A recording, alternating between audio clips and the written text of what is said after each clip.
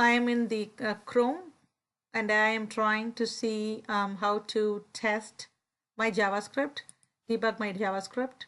So I can put breakpoints here. So like I said, I am in the Chrome Dev Toolbar, Sources. I picked myscript.js. I found my functions here. Remember, don't change the content in this screen. It's not going to be saved. It is only for debugging purposes. Make sure that you go back to your Visual Studio Code or use a notepad or something else to make changes. So I'm putting a breakpoint just to see if my function comes over. So see, I'm coming over here and then the breakpoint gets hit. So it's paused on breakpoint. I'm going to push it through. It set the background. Now because there is a remove style. Okay, let's remove it. This is such a simple functionality. I mean, it's really hard to even test it.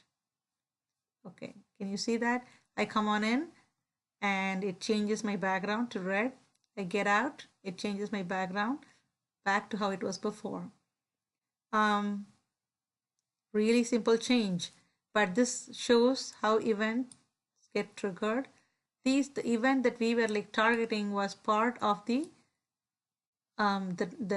DOM associated with any HTML element would have that. So the first top one has it. Look, there you go.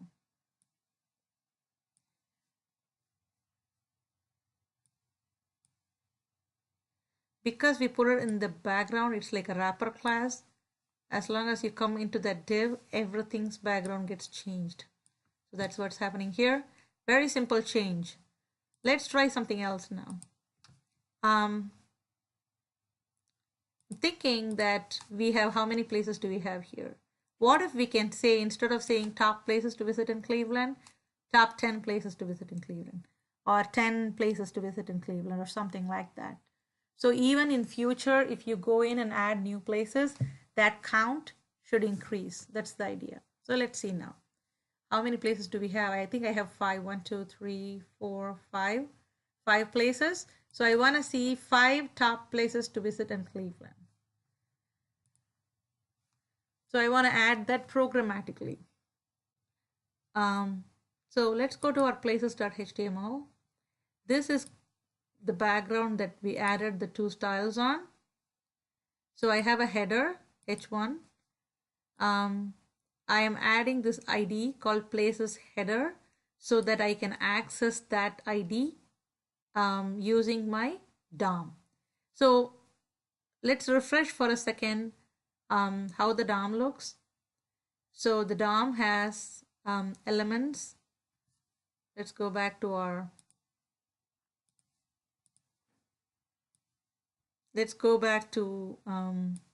the DOM here.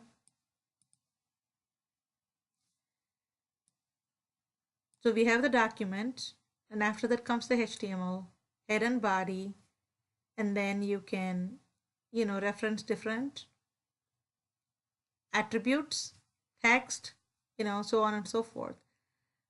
Absolutely almost everything can be done through JavaScript to the HTML elements on the page, to the CSS styles. So it is possible. So we should be able to manipulate some of the data. But in order for us to be able to access an element, there are some methods that we use, right? So very common one is the get element by ID. Then we can get element by tag name. So you can get all paragraphs or all divs or all headers. In my case, it's a header h1, but because, let's see if I have any other header. There is another one. So I can't use the tag name because there are multiple headers, the h1 headers on my page. If there was just one element and I know for sure that we will not be adding another element like that, I could directly use the tag name. But in my situation, it is safe to use ID. So I'm going to use get element by ID. Let me point out one more thing. The other option is to use get element by class name. Just let's think for a second, why would we do that?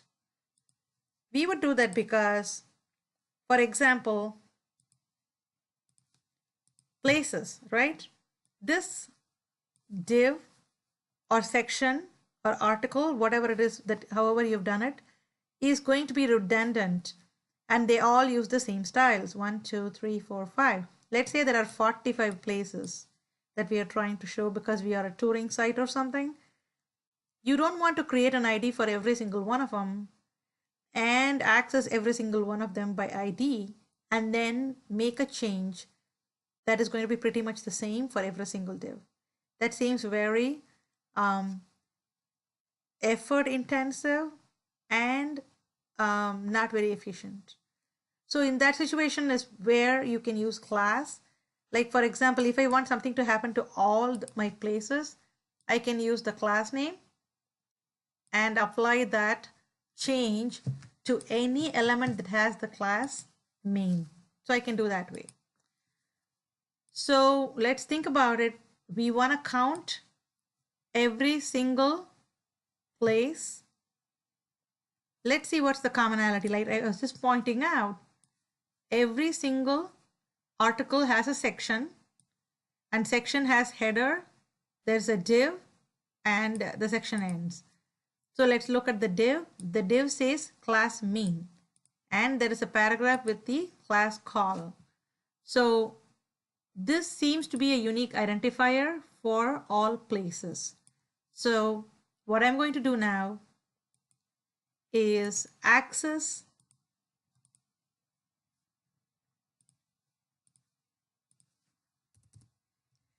So I like to write down like a pseudo logic of what I want to do. So I want to access all places, count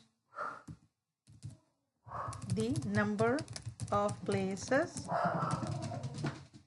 add the counter to the header with ID equal to places header. And that's what I want to do. Okay, how do I add all places, access all places? It has class main. If my class has, if an element has the class main, that indicates places in my specific situation. You may have something else in your code. So let's see. Document.get element by ID, elements by class name. The class name is going to be main dot length, because what I want is I want the count. So think about it for a second. Document is the main DOM. Get elements by class name will return all the divs that have a class main. Because that's going to be like an array, you can get the length. And that length can be used as the counter. So we have to save this guy. Counter, let's call it as counter. And we now want to use that and pass that on or append that to, we want to do that to our ID, the header with an ID, places header. So document.get element by ID, places header